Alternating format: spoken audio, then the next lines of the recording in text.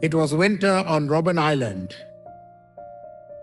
The wind tore through stone walls like knives. I had a fever, too weak to stand. My name forgotten, my dignity left outside. I asked the guard for water, he walked away. For 3 days, I lay in that cell, not knowing if my next breath would come. The silence was not quiet, it was cruelty. And in that silence, I realized they could ignore my body, but they would never erase my soul. If I died there, I would do so standing in memory, if not in flesh. I closed my eyes and saw my daughter's face. A child I had not held in years. I remembered the weight of a paper ballot, the warmth of freedom I had never touched. My cell became a coffin and a chapel. I prayed not for rescue, but for strength. I would not beg for life, I would become worthy of it. In sickness, I was made whole. In isolation, I was not alone. My ancestors sat with me. My father's voice rang like thunder in my bones. Rise. And so I did, not with power. I closed my eyes. A young guard slipped me bread in secret. Just once. He never spoke. But that crumb tasted of humanity.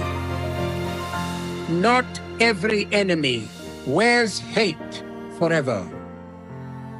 I remembered then, I was not here for myself. My pain was a mirror for millions. If I fell, others would fall. So I rose.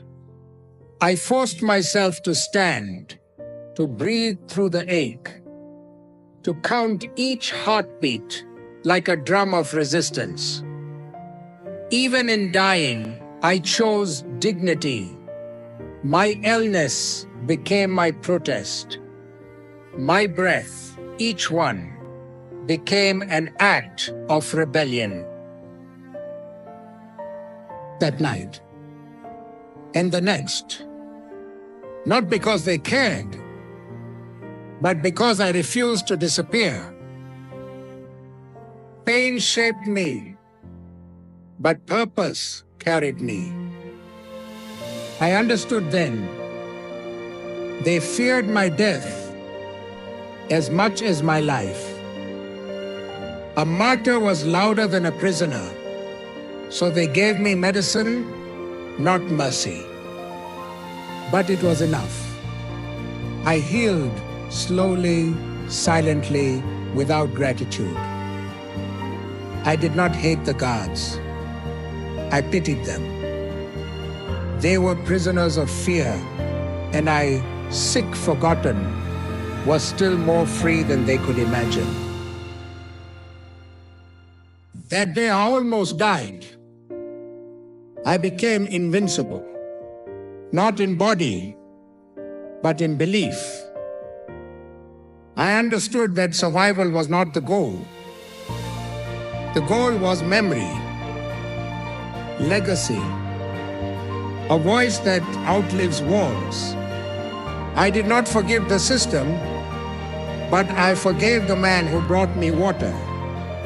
Because even in the darkest cell, humanity flickers. I chose to protect that flicker, to keep it alive. Because one day, the world would hear my voice, not in anger, but in truth. and that truth would tear down every wall they built.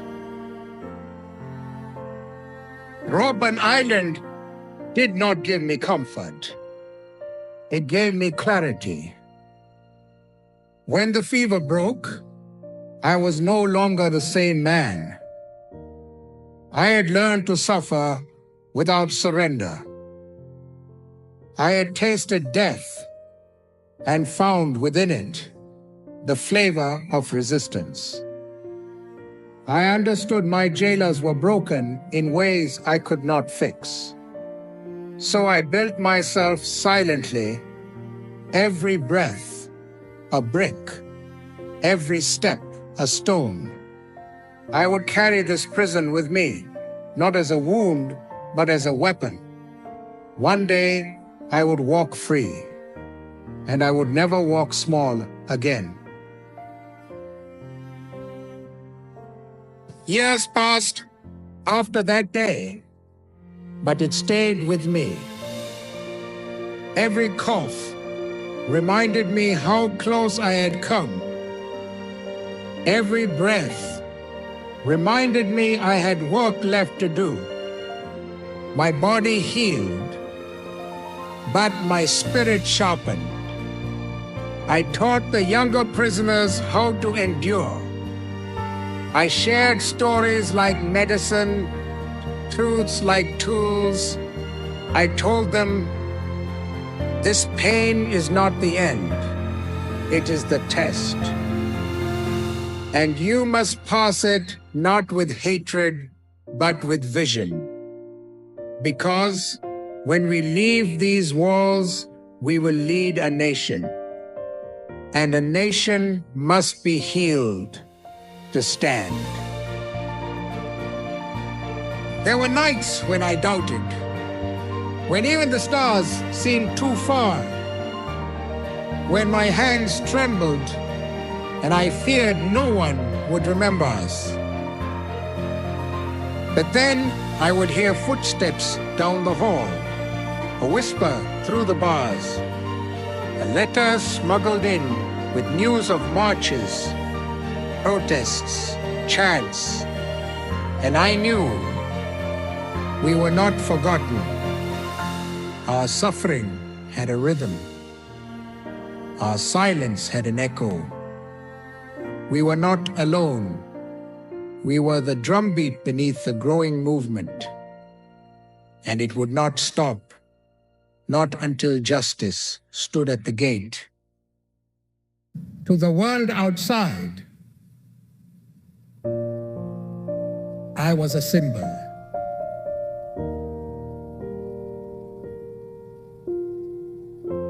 But in that moment, I was just a man who had nearly died alone. And yet I would not allow bitterness to root in me.